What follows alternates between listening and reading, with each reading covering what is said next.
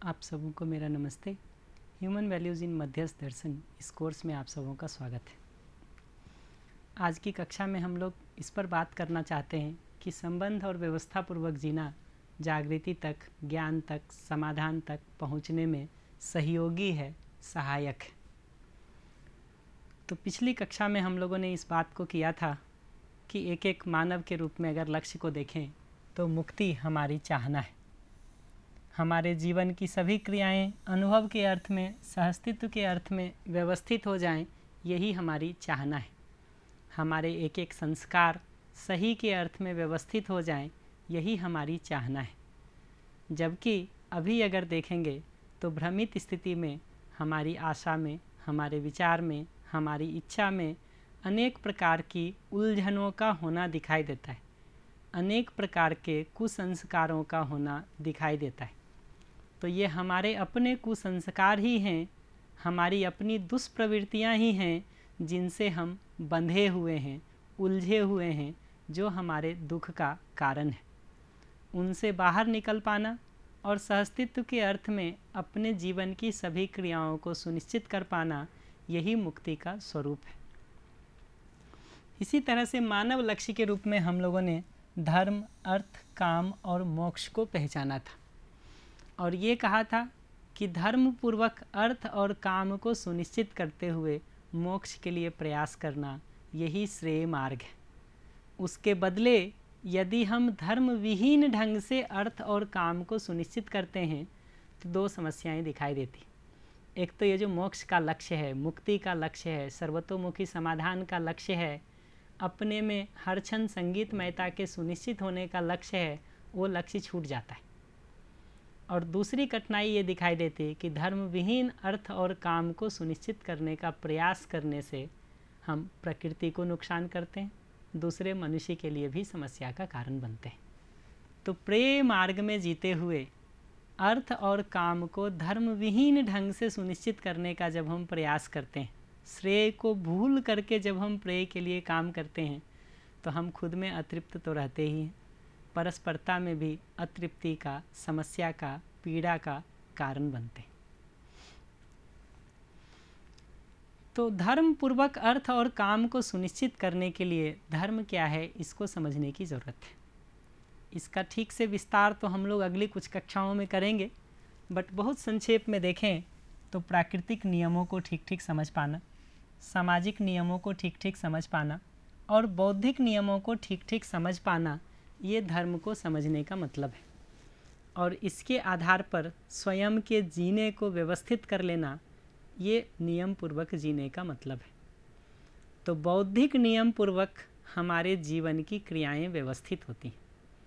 इन नियमों को असंग्रह, स्नेह, विद्या, सरलता और अभय के रूप में पहचाना गया है, जिसका विस्तार हम लोग अगली कक्षा में करेंगे। अभी के लिए इतना पर्याप्त है कि इन असंग्रह, स्नेह, विद्या, सरलता और अभय, इन नियमों के आधार पर हमारे जीवन की सभी क्रियाओं में संगीतमयता होती है, इसलिए इनको हम बौद्धिक नियम के रूप में पहचानते हैं। और इसके विपरीत संग्रह, द्वेष, अविद्या, अभिमान और भय, ये हमारे क्लेश के, दुख के कारण बनते हैं। इसी तरह से हमारा परस्परता में परिवार और समाज के रूप में जीना जिन नियमों से व्यवस्थित होता है, उनको हम सामाजिक नियम के रूप में पहचानते हैं। तो सामाजिक नियम को स्वधन, स्वनारी पुरुष और दयापूर्ण व्यवहार कार्य के रूप में पहचाना गया है। इसका विस्तार भी हम लोग आगे की कक्षाओं में करेंगे। इसी तरह से शेष प्रकृति के साथ जीते हुए जिन नियमों के आधार पर हमारा जीना व्यवस्थित होता है, उन्हें हम प्राकृतिक नियम के रूप में पहचानते हैं। तो शेष प्रकृति के साथ जीते हुए जिन नियमों के आधार पर हमारा जीना व्यवस्थित हो पाता है, वो प्राकृतिक नियम है। तो प्राकृतिक नियम का हम ठीक ठीक पालन करते हैं तो हम अपनी आवश्यकता से अधिक सुविधा को भी सुनिश्चित कर पाते हैं और शेष प्रकृति के संवर्धन, संरक्षण में भी सहयोग कर पाते हैं। तो प्रकृति की आवर्तनशीलता को बनाए रखना, उत्पादन के अनुपात में व्यय करना और प्रकृति की अन्य इकाइयों के लिए परस्पर पूरक होना, ये संक्षेप में प्राकृतिक नियम है। हम लोग इनका विस्तार आगे करेंगे। तो संबंध और व्यवस्था पूर्वक जीने को देखें तो जागृति तक पहुंचने में ये सहयोगी है, ये सहायक है। दो तरह से इसका सहयोग बहुत सामान्य रूप में दिखता है। एक तो ये दिखता है कि यदि हमने सही को ठीक ठीक समझा है, हम सही को ठीक ठीक जी पा रहे हैं, तो संबंध और व्यवस्था पूर्वक जीते हुए दूसरों को हम इसके लिए प्रेरणा दे पाते हैं, सहयोग कर पाते हैं। इस रूप में हमको व्यवस्थित होकर के जीने की प्रेरणा और व्यवस्था को समझने की प्रेरणा परस्परता में मिलती है, यदि व्यवस्था ठीक हो और संबंध पूर्वक जीना हो रहा हो। तो संबंध और व्यवस्था पूर्वक जीने से दूसरों की जागृति में सहयोग मिलता है। उससे भी ज़्यादा महत्वपूर्ण बात यह है कि जितना जितना हम संबंध और व्यवस्था पूर्वक जीने का कोशिश करते हैं, उतनी उतनी हमारी अपनी जीवन क्रियाएं प्रखर होती हैं। हर स्थिति परिस्थिति में समाधान को कैसे सुनिश्चित किया जाए, इसको देख पाने का काम हम कर पाते हैं और अपने जीने को उस रूप में व्यवस्थित कर पाते हैं। इस रूप में हमारी चैतन्य की क्रियाएं प्रखर होती हैं। तो संबंध और व्यवस्था पूर्वक जीना जागृति तक पहुंचने में सहयोगी है, सहायक है। बल्कि हमने कितना वास्तविकताओं को ठीक ठीक समझा है, इसका प्रमाण भी इसी जगह पर मिल पाता है कि परिवार और समाज में हम कितना व्यवस्थित होकर के जी पा रहे हैं। तो मेरे अपने समझे होने का प्रमाण यही है, पहचान यही है कि परस्परता में जीते हुए संबंध और व्यवस्था को हम अपने में सुनिश्चित कर पाते हैं, परस्परता में अभिव्यक्त कर पाते हैं। तो परस्परता में अगर जीने को देखें तो जीने का फैलाव क्या है, तो उसको दो भाग में बांट करके देखा गया है, संबंध और संपर्क। संबंध का तात्पर्य वैसी जगहों से है जहां हम अपने को जुड़ा हुआ देख ही पाते हैं, महसूस कर पाते हैं। इस रूप में हमारी अपेक्षाएं, एक दूसरे से आशाएं पहले से निश्चित रहती हैं और उसी के अनुरूप हमारा व्यवहार में आदान प्रदान होता रहता है। तो जैसे माता पिता संबंध को देखें, भाई बहन संबंध को देखें, गुरु शिष्य संबंध को देखें, पति पत्नी संबंध को देखें, तो इन सबों को संबंध के रूप में पहचाना गया है। यहाँ पर हमारी एक दूसरे से अपेक्षाएं सुविधा के रूप में भी, भाव के रूप में भी पहले से निश्चित होती हैं और उसी के अनुरूप हम परस्परता में जीते हुए दिखाई देते। जैसे गुरु शिष्य संबंध में देखें तो गुरु से ये अपेक्षा होती है कि वास्तविकताओं को समझने और जीने में वो छात्रों का सहयोग करेंगे। उसी तरह से छात्र की जगह से देखेंगे तो उनसे ये अपेक्षा होती है कि वो समझने में अपने को इन्वेस्ट करेंगे, सही ढंग से निष्ठापूर्वक तत्परतापूर्वक समझने का प्रयास करेंगे। वहीं दूसरी ओर संपर्क को देखेंगे तो संपर्क का तात्पर्य ऐसे मिलन से है जहां मनुष्य मनुष्य की परस्परता में हमारा मिलना तो होता है, पर पहले से हमने संबंध उस रूप में स्वीकार नहीं रखा है। तो जैसे ट्रेन से गुजरते समय भी बहुत सारे लोगों से हमारी मुलाकात होती ही है, रास्ते में आते हुए भी बहुत सारे लोगों से हमारा परिचय, हमारा मुलाकात होता ही है। उनको हम संपर्क के रूप में पहचाने।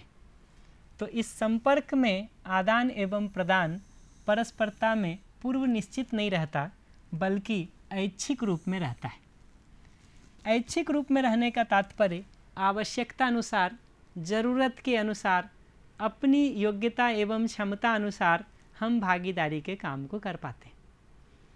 महत्वपूर्ण बात इसमें समझने की यह है कि संपर्क में भी परस्परता में हम भय नहीं चाहते, एक दूसरे से शोषण हो ये नहीं चाहते। तो किसी अपरिचित जिसको हम कहते हैं उसके साथ मिलते हुए भी हमको भय की अपेक्षा नहीं होती है, शोषण की अपेक्षा नहीं होती। उचित के रूप में हम कितना कर सकते हैं वो हम उस समय की आवश्यकता को, स्थिति परिस्थिति को, अपनी योग्यता को ध्यान में रख करके निर्णय ले सकते हैं। तो संपर्क वो जगह है जहाँ हमारी प्रत्याशाएं पूर्व निश्चित इस रूप में नहीं हैं कि हमारी एक दूसरे से बहुत निश्चित अपेक्षाएं हैं और उनको पूरा होना आवश्यक ही है, बल्कि संपर्क में ये दिखाई देता है कि स्थिति परिस्थिति के अनुसार, उस समय की ज़रूरत के अनुसार हमको जो सहयोग करना बनता है उसको हम करते हैं। तो संबंध और संपर्क, इन दोनों जगहों पर जीते हुए हमारी जीवन क्रियाएं प्रखर होती हैं यदि हम इनका ठीक ठीक निर्वाह करते हैं। तो संबंध में जीना, व्यवहार में जीना, अपनी ओर से भावों को ठीक ठीक सुनिश्चित करना, जागृति की ओर गति करने का, ज्ञान की ओर गति करने का एक सोपान है, एक सीढ़ी है। अपने निर्वाह को, अपनी जिम्मेदारियों के निर्वाह को संबंध और संपर्क में अपने व्यवस्थित होकर के जीने को ही दायित्व और कर्तव्य के रूप में पहचाना गया है। तो दायित्व का तात्पर्य संबंध में अपेक्षित विश्वास, सम्मान, स्नेह आदि इन सभी भावों को देते हुए जीने से है। तो दायित्व का तात्पर्य देने से है कि परस्परता में जीते हुए जिन अपेक्षित भावों की हमसे प्रत्याशा होती है उन भावों का हम ठीक ठीक निर्वाह कर पाते हैं, तो हम दूसरों के साथ व्यवस्थित होकर के जी पाते हैं, उनको भी व्यवस्थित होकर के समझने और जीने में सहयोग कर पाते हैं। इसी तरह से कर्तव्य का तात्पर्य यह है कि हमने परस्परता में जिन जिन जिम्मेदारियों को स्वीकार लिया है उसको निष्ठापूर्वक तत्परता के साथ करते हैं। तो जब तक हमने वास्तविकताओं को पूरी तरह से नहीं भी समझा है, तब भी उस बड़ी व्यवस्था में जिन छोटी छोटी जिम्मेदारियों को हम स्वीकार लेते हैं उन जिम्मेदारियों को भी निष्ठापूर्वक तत्परता के साथ करने को कर्तव्य के रूप में पहचाना गया है। तो जैसे अगर परिवार के व्यवस्थापूर्वक चलने को देखें, तो अगर ये जिम्मेदारी आपके माता पिता ने स्वीकार रखी है और उस अर्थ में वो जीते हैं, तो ये दायित्व का निर्वाह है। अगर आप अपनी जगह से देखें तो आप भले ही अभी पूरे परिवार के व्यवस्थित होकर के चलने की जिम्मेदारी को नहीं स्वीकार रखे हों, उसके अर्थ में आपका पूरा विज़न अभी नहीं फैला हो, लेकिन परिवार के जिन छोटे छोटे कामों की जिम्मेदारी को आपने ले रखा है उसको निष्ठापूर्वक तत्परता के साथ करना कर्तव्य कहलाता है। तो कर्तव्य का आशय जो करने योग्य है उसको करने से है। तो दायित्व और कर्तव्य के निर्वाह से हम सभी संबंध और संपर्क में ठीक ठीक जी पाते हैं। तो अगर व्यवस्थित होकर के जीने को देखें तो हर संबंध में अपेक्षित भावों को ठीक ठीक निर्वाह कर पाना, ये दायित्व निर्वाह है।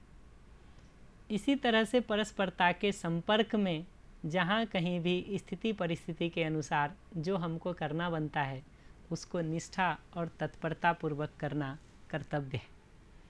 तो दायित्व की अभिव्यक्ति सामान्य रूप से संबंध में होती है, जबकि कर्तव्य की अभिव्यक्ति को देखेंगे तो समझने के पहले जिन जिम्मेदारियों को हमने स्वीकार रखा है उसको निष्ठापूर्वक करने में दिखाई देती है, और समझ के अनंतर संपर्क की जगहों पर इसकी अभिव्यक्ति दिखाई देती है। तो मुख्य बात ये कह रहे कि संबंध और व्यवस्थापूर्वक जीते हुए जागृति संभव है। संबंध एवं संपर्क का निर्वाह करना, अपेक्षित दायित्व एवं कर्तव्य का निर्वाह करना जागृति के लिए सहायक है, सहयोगी है, न कि बाधा है। हम जितना जितना संबंध और व्यवस्थापूर्वक जीने का प्रयास करते हैं उतना उतना हमारा जीवन सुसंस्कारों से पुष्ट होता है, समृद्ध होता है, कुसंस्कारों से मुक्त होता है। तो अपने जीवन में सुसंस्कारों की अभिवृद्धि तथा कुसंस्कारों से मुक्ति, यही जागृति तक पहुँचने का रास्ता है। और जैसे जैसे हम संबंध में, व्यवस्था में जीने के लिए अपनी निष्ठा को व्यक्त करते हैं, अपनी तत्परता को व्यक्त करते हैं, वैसे वैसे हमारी जीवन क्रियाओं में प्रखरता आती है और हम धीरे धीरे वास्तविकताओं को ठीक ठीक देख करके हर स्थिति परिस्थिति में कैसे ठीक जिया जाए इसका उत्तर अपने में पा पाते हैं। तो ये कर्तव्य निर्वाह जागृति में सहयोगी है, सहायक है, न कि बाधा है। इसलिए परिवार में रहते हुए, समाज में रहते हुए, व्यवस्था में रहते हुए अपनी जिम्मेदारियों का ठीक ठीक निर्वाह करते हुए जागृति की ओर यात्रा सुगमतापूर्वक की जा सकती है। अपने में ज्ञान और समाधान को सुनिश्चित करने का काम सरलता के साथ किया जा सकता है। अगला प्रश्न ये बनता है कि अगर इस कर्तव्य और दायित्व का हमको निर्वाह करना है तो किन किन स्तर पर हम इनका निर्वाह करें, उसका फैलाव क्या होगा जहां हम ऐसा जिएंगे। तो ये दिखता है कि मानव के जीने का ये 5 फैलाव है। हम व्यक्तिगत स्तर पर जीते हैं, पारिवारिक स्तर पर जीते हैं, सामाजिक स्तर पर जीते हैं, राष्ट्रीय और अंतर्राष्ट्रीय स्तर पर जीते हैं। जाने अनजाने हम इन 5 स्तर पर जी ही रहे हैं और दूसरी तरफ से देखें तो हमारा जीना भी इन जगहों से प्रभावित हो ही रहा है। इसीलिए अपने जीने के पूरे फैलाव में अपेक्षित नियमों का पालन करना आवश्यक है। अपेक्षित दायित्व और कर्तव्य का निर्वाह करना आवश्यक है। तो व्यक्ति के रूप में जीते हुए, परिवार, समाज, राष्ट्र और अंतर्राष्ट्र के एक सदस्य के रूप में जीते हुए अपनी भूमिकाओं का ठीक ठीक निर्वाह करना, अपनी जिम्मेदारियों का ठीक ठीक निर्वाह करना, ये निर्वाह की जगह दिखाई देती है। इन सभी जगहों पर व्यवस्थित होकर के जीने का क्या स्वरूप है उसको अगर देखने जाएं तो ये दिखता है कि व्यक्तिगत जीवन सुकर्म पूर्वक व्यवस्थित होता है, दुष्कर्म पूर्वक अव्यवस्थित होता है। सुकर्म का तात्पर्य सुंदर कर्म से है, सुव्यवस्थित कर्म से है, सुनियोजित कर्म से है। तो अस्तित्व के, प्रकृति के नियमों के अनुरूप जीने को सुकर्म के रूप में पहचाना है, अन्यथा जीने को दुष्कर्म के रूप में पहचाना है। तो हमारा व्यवहार, हमारा कार्य, हमारी व्यवस्था में भागीदारी यदि समझपूर्वक होती है तो सुकर्म है, अन्यथा है तो दुष्कर्म है।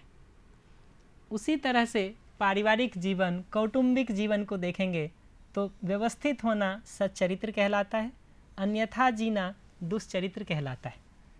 सच्चरित्र होने का तात्पर्य सुंदर चरित्र से है।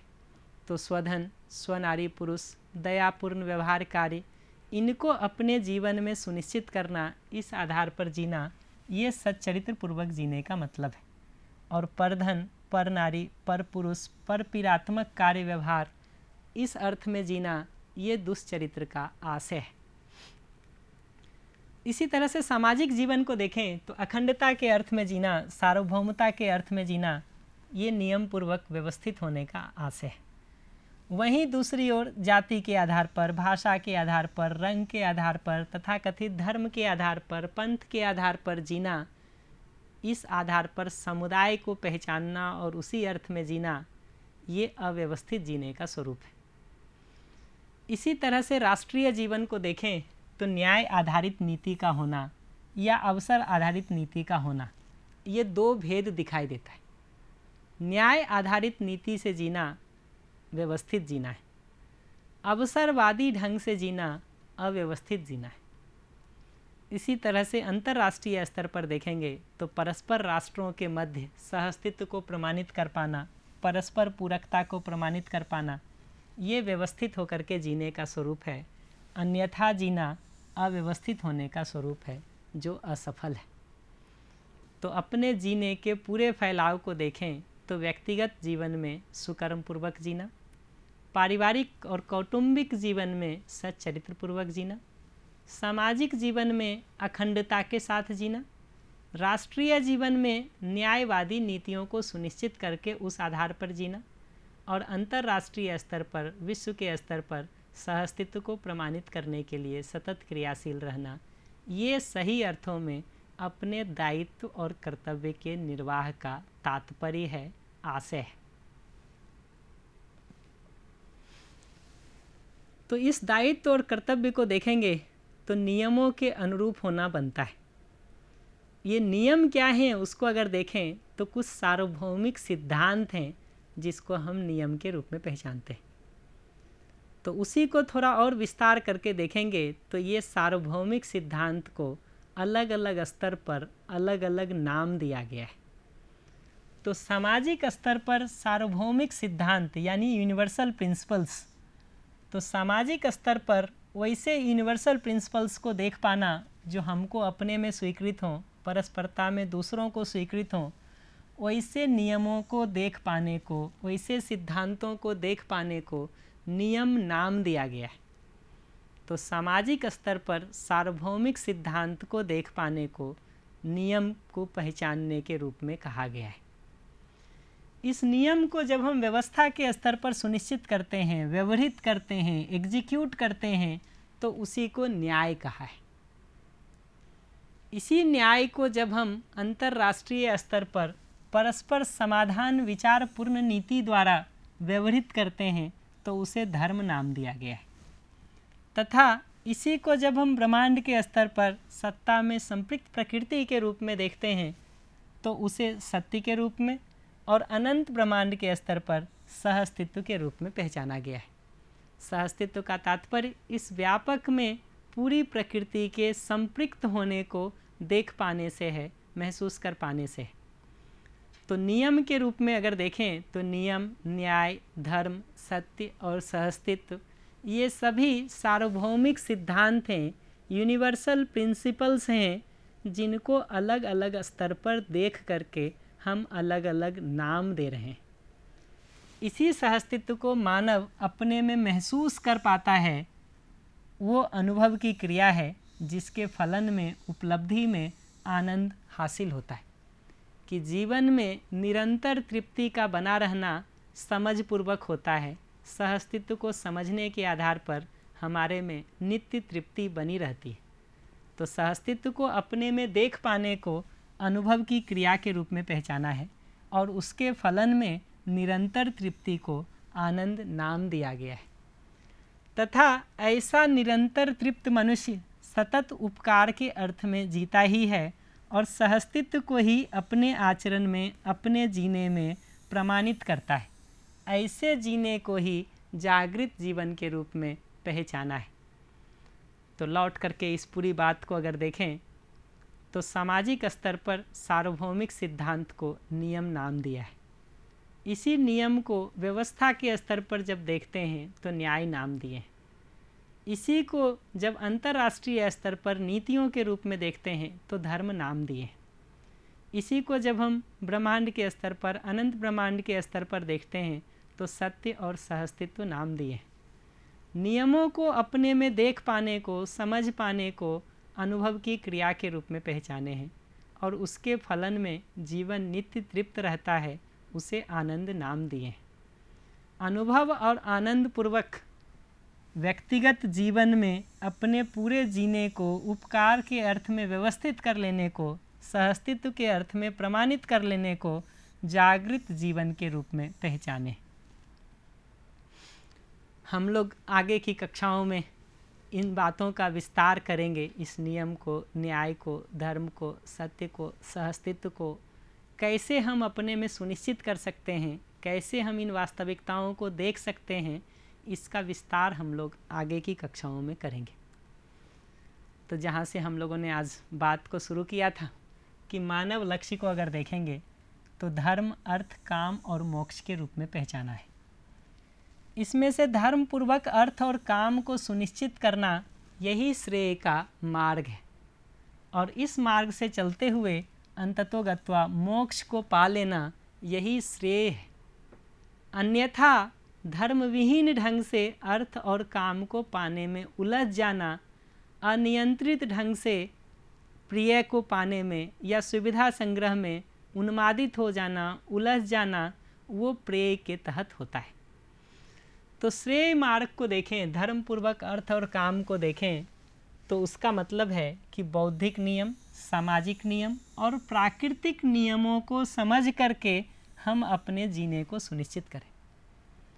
ऐसे जीने का विस्तार देखेंगे कि क्या है, तो व्यक्तिगत स्तर पर, पारिवारिक स्तर पर, सामाजिक स्तर पर, राष्ट्रीय और अंतर्राष्ट्रीय स्तर पर हमारा जीना होता है।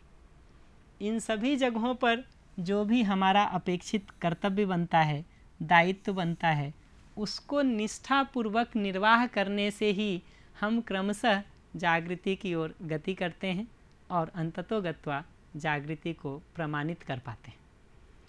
तो श्रेय मार्ग को देखें, यानी धर्म पूर्वक अर्थ और काम को सुनिश्चित करने को देखें, तो उसका मतलब है नियम के आधार पर व्यवस्थित होकर के जीते हुए व्यक्तिगत, पारिवारिक, सामाजिक, राष्ट्रीय एवं अंतर्राष्ट्रीय स्तर पर अपनी जिम्मेदारियों का, अपनी भूमिकाओं का ठीक ठीक निर्वाह करना। तो ये दो बातों की जांच परख करके देखा जाए। एक तो ये कि व्यक्तिगत, पारिवारिक एवं सामाजिक स्तर पर अपने कर्तव्यों का निर्वाह करना, अपने दायित्व का निर्वाह करना हमारी प्रतिभा के विकास में, यानी हमारी अपनी जीवन क्रियाओं के प्रखर होने में सहयोगी है या बाधक है। जीवन क्रियाओं के प्रखर होने को ही प्रतिभा में विकास के रूप में पहचाना है।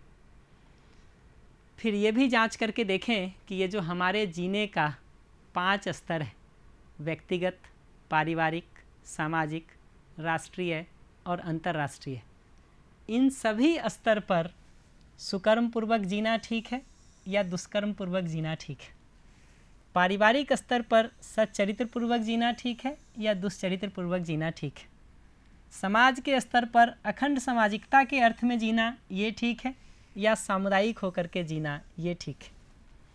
उसी तरह से राष्ट्र के स्तर पर न्यायवादी नीतियों के आधार पर जीना ठीक है या अवसरवादी नीतियों के आधार पर जीना ठीक है।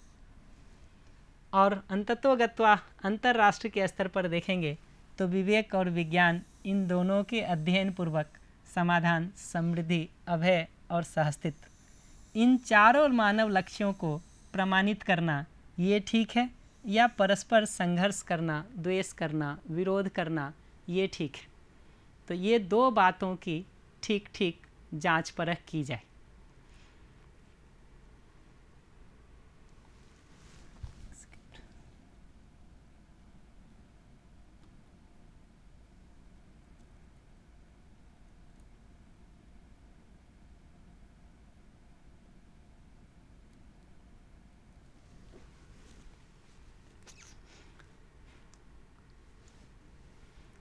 अगली कक्षा में हम लोग बौद्धिक नियम को विस्तार करके समझने का कोशिश करेंगे कि ये जो धर्म पूर्वक अर्थ और काम को सुनिश्चित करना है, इसमें धर्म को जो हमने नियम त्रय के रूप में पहचाना, बौद्धिक नियम, सामाजिक नियम और प्राकृतिक नियम, उसमें से बौद्धिक नियम को हम अगली कक्षा में विस्तार करेंगे। धन्यवाद।